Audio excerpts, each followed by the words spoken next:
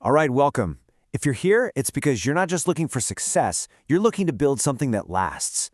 In this session, we're going to pull apart the mental operating system of one of history's most effective strategic thinkers. And believe me, this isn't just dry theory. This is a hands-on guide to applying some truly timeless wisdom. Everything we're about to discuss comes back to this one simple idea. It's the core principle of a man named Chanakya. Now, Chanakya wasn't some professor locked away in an ivory tower. He was a master strategist who, get this, took on a superpower, dismantled it, and then built a whole new empire from the ashes.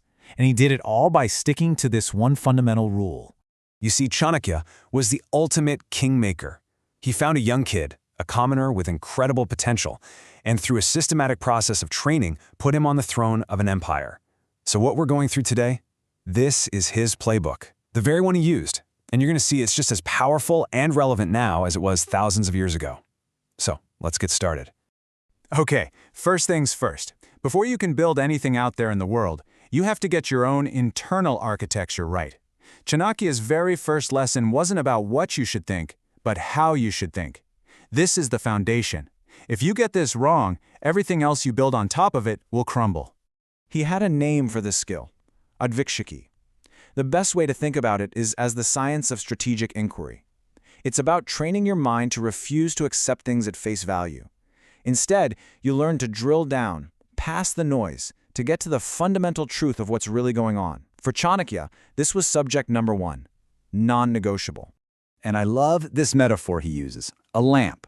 Think about it. A lamp doesn't change the furniture in a room, right? It just reveals what's already there. That's exactly what Aanvikshiki does.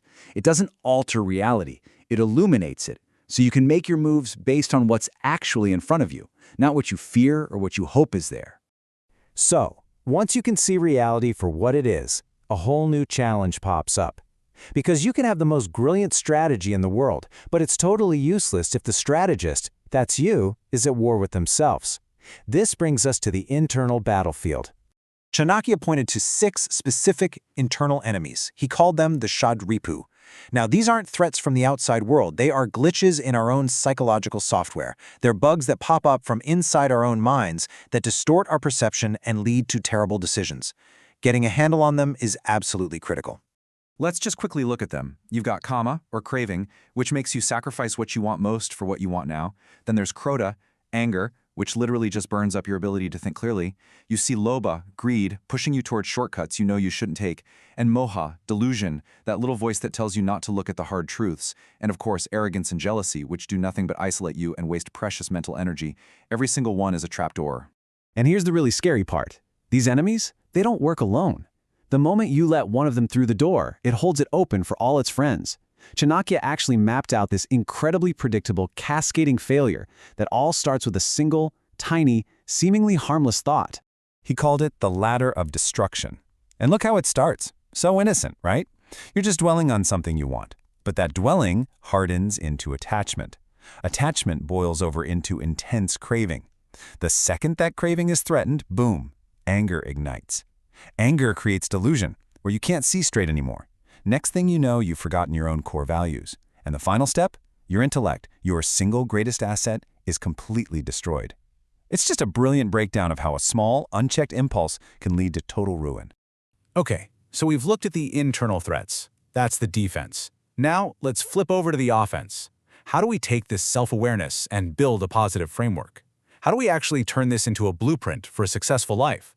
Chanakya lays out what he calls the 4 Purusharthas, or balanced goals. This is the basic architecture for a well-lived life. You need dharma, your ethical compass. You need artha, the material resources, the fuel. You need kama, the healthy enjoyment of life's pleasures. And you need moksha, that sense of inner freedom. The key is that they aren't competing with each other, they support each other. For example, without dharma, artha just becomes ugly greed. See how they work together? But, big picture goals don't mean a thing if you don't execute them day to day.